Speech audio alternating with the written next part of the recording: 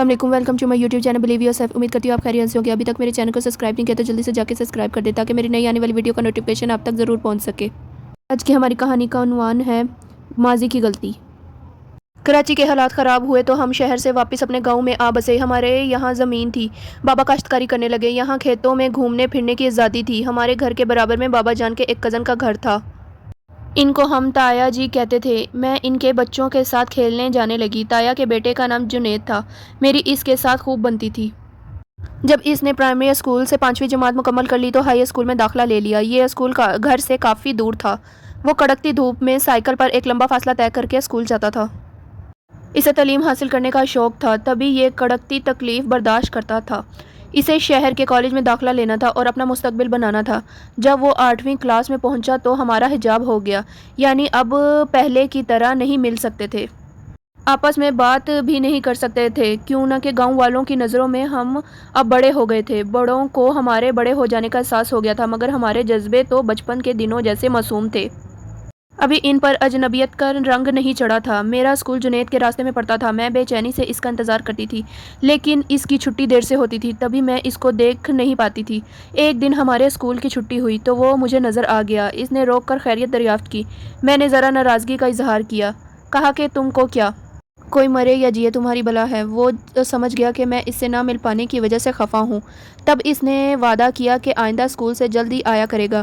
اب وہ چھٹی سے 2 گھنٹے پہلے ہی اسکول سے نکل پڑتا اور جب ہمارے اسکول کی چھٹی ہوتی تو ادھر سے گزرتا۔ تب ہم آگے جا کر برگد کے گھنے درخت تلے ٹھہر جاتے اور باتیں کرتے۔ 10-15 منٹ کی اس ملاقات کے لیے اسے روز اسکول سے بھاگنا پڑتا، یا پھر وہ بہانے سے چھٹی کر لیتا۔ گھر والے پوچھتے کہ کیا ہوا ہے، تم اسکول سے اتنی جلدی کیسے آئے ہو؟ وہ کہتا کہ آج ہمارے استاد نہیں آئے تھے، اس لیے واپس آ گیا۔ ان دنوں میں ایک نادان لڑکی تھی، یہ احساس نہ تھا چند منٹ کی ملاقات کی خاطر بیچارے جنید کا کتنا نقصان کر رہی ہوں۔ مسلسل اسکول سے بھاگنے اور روز روز چھٹیاں کرنے کی وجہ سے اس کا تعلیمی ریکارڈ خراب ہونے لگا۔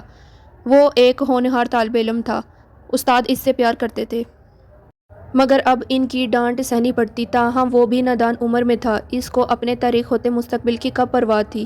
اس کو تو وہ یہ پرواہ تھی کہ میں ناراض نہ ہو جاؤں۔ ہمارے گاؤں میں لڑکیاں نہر سے میٹھا پانی بھر کر لاتی تھیں۔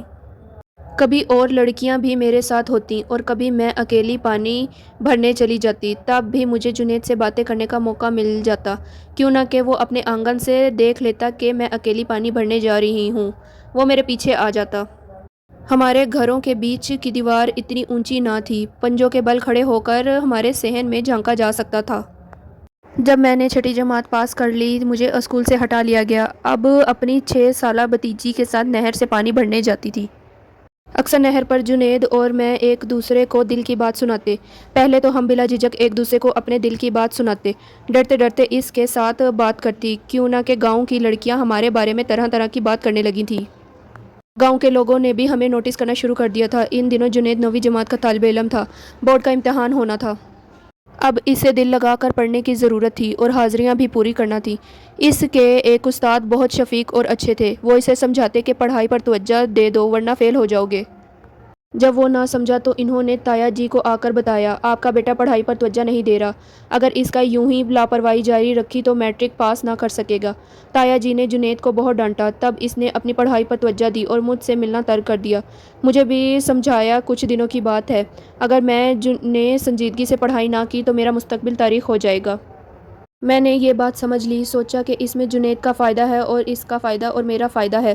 اب وہ نہ بھی ملتا تو میں اس سے ناراض نہ ہوتی، کہتی کہ تم دھیان لگا کر پڑھو، میں اداس ہو جاؤں گی تو تمہارے گھر آ جاؤں گی، لیکن گھر کے اندر نہیں آؤں گی، باڑے میں بیٹھ جاؤں گی۔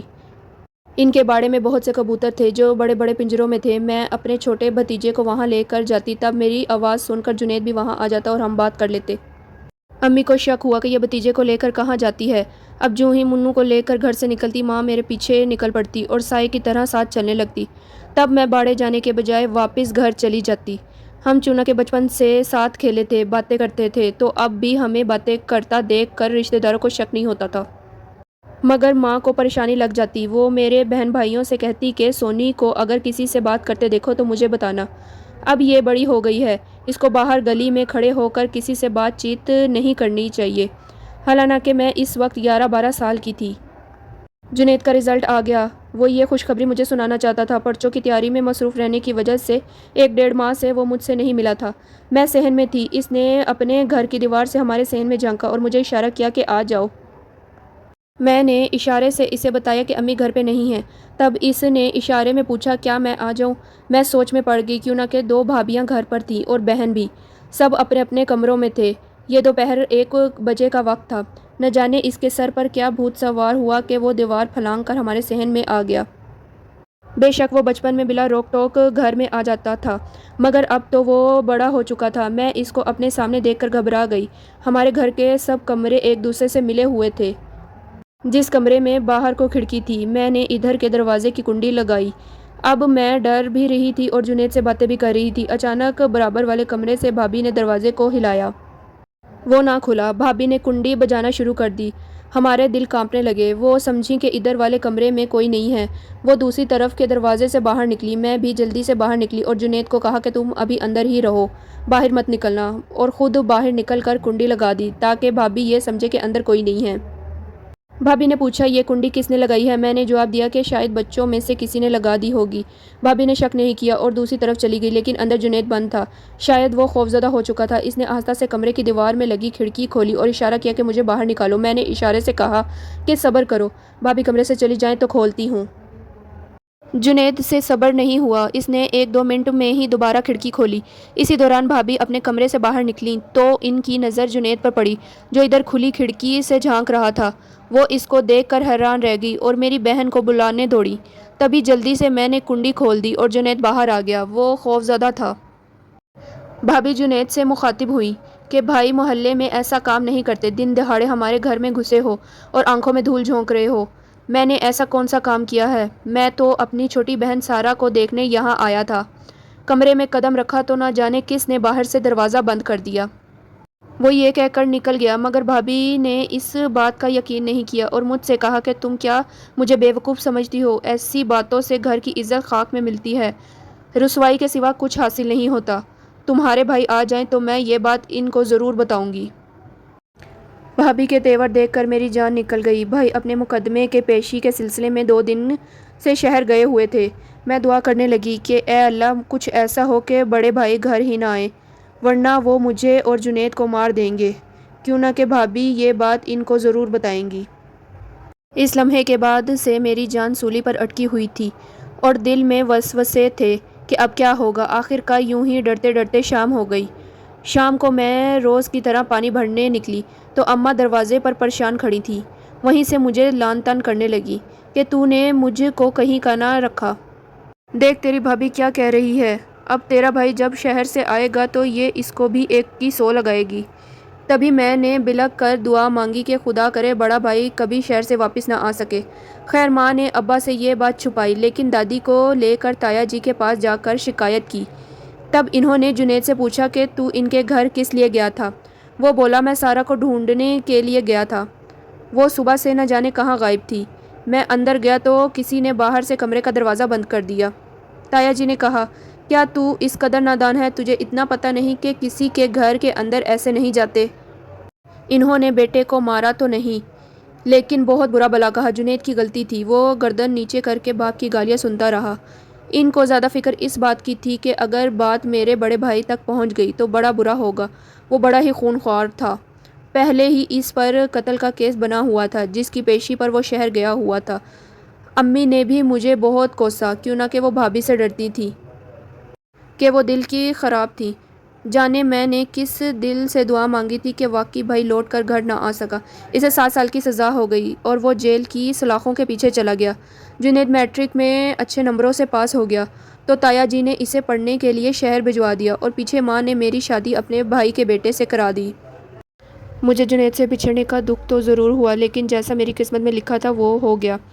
بے بس کا کسی پر زور نہ چلے تو وہ اپنی قسمت کو مان کر حالات کے آگے سر جھکا دیتا ہے۔ میں نے بھی قسمت سے سمجھوتا کر لیا۔ جنید مجھے یاد آتا تھا، مگر یوں دل پر صبر کا پتھر رکھ لیتی، دعا کرتی کہ خدا کرے وہ جہاں رہے خوش رہے اور کبھی میری یاد سے بے قرار نہ ہو۔ بھائی 7 سال کی سزا بھگت کر بالآخر جیل سے باہر آ گیا۔ کسی کو وہ واقعہ یاد نہ تھا۔ سبھی بھائی کی رہائی پا جانے پر خوش تھے کہ مدت بعد گھر آنا نصیب ہوا۔ جنید بھی گاؤں آ گیا تھا۔ تایا جی نے اسے کریانے کی دکان کھول کر دی تھی۔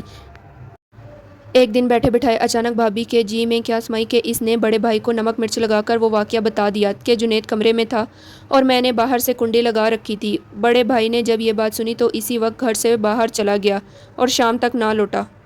سب دعا کر رہے تھے کہ خدا خیر کرے۔ اچانک صبح 4 بجے دروازے پر دستک ہوئی۔ امی نے پوچھا کون ہے؟ میں ہوں صغیر، جلدی کرو ایک بری خبر ہے۔ ماں کا دل دھک سے رہ گیا۔ صغیر اندر آیا اور بولا بڑے بھائی نے کلہاڑی سے جنید کا قتل کر دیا۔ یہ تو کیا کہہ رہا ہے؟ ماں ایسے کہتے ہوئے پچھاڑ لگا کر دہلیز کے پاس گر گئی۔ ان کے لبوں سے ایک ہی فقرہ نکل سکا، یہ کیا کر دیا اس کم عقل نے؟ ابھی تو وہ 7 سال کی سزا بھگت کر آیا تھا۔ صغیر ماں کو اٹھا کر اندر لایا اور برآمدے میں پڑی چارپائی پر لٹا دیا جو صدمے سے بے سدھ ہو چکی تھی۔ سب ماں کو ہوش میں لانے کی تدبیریں کرنے لگے۔ کسی کے گمان میں بھی نہ تھا کہ اتنے عرصے پہلے کا قصہ پھر سے تازہ ہو جائے گا۔ بلا اجازت گھر میں داخل ہونے کی اتنی سی بات پر میرے والدین نے خود جنید کے ابا سے اسے کچھ نہ کہا اور معمولی سرزنش کر کے معاملہ رفع دفع کر دیا۔ ہماری بھابھی نے اسے کو عزت کا معاملہ بنا کر بڑے بھائی کو اشتعال دلایا۔ یوں جنید جوانی کی دہلیز پر قدم رکھتے ہی قتل ہو گیا اور ہمارا گھرانہ بھی برباد ہو گیا۔ کیوں نہ کہ بڑے بھائی کو قتل کے جرم میں دوبارہ سزا ہو گئی۔ اس بار عمر قید کی نہیں ہوئی بلکہ سزائے موت ہو گئی۔